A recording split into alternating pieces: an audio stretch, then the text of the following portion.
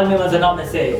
امریکہ کی جانب سے گزشتہ سال ضبط کیے گئے ایرانی گولہ بارود کے 1 ملین راؤنڈ یوکرین کو بھیجے جائیں گے۔ عرب میڈیا کے مطابق یہ گولہ بارود گزشتہ سال کے آخر میں ایرانی پاسداران انقلاب سے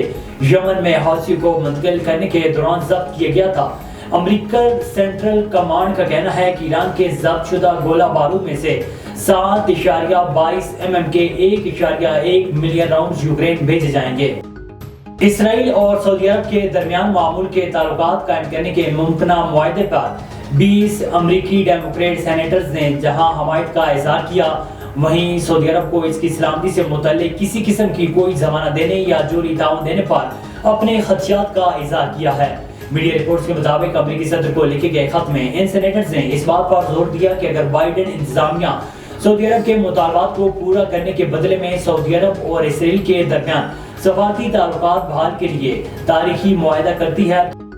تعلیمی منصوبہ پیشہ ورانہ مہارتوں پر مرکوز ہے جسے طلبہ کے پاس تکنیکی اور تعلیمی مضامین کے انتخاب کا اختیار ہوگا۔ طلبہ کے لیے 18 سال کی عمر تک ریاضی اور انگریزی کے مضامین کا مطالعہ ضروری ہوگا۔ برطانوی وزیر اعظم رشید سنگھ نے انگلینڈ میں 16 سال کے بعد کی تعلیم کو ایک نئے تعلیمی نظام سے بدلنے کے منصوبے مرتب کیے ہیں۔ اس ضمن میں اسکول کے عام مضامین میں اساتذہ کو راغب کرنے اور انہیں مشغول رکھنے کے لیے $36,000 سے زائد کا ٹیکس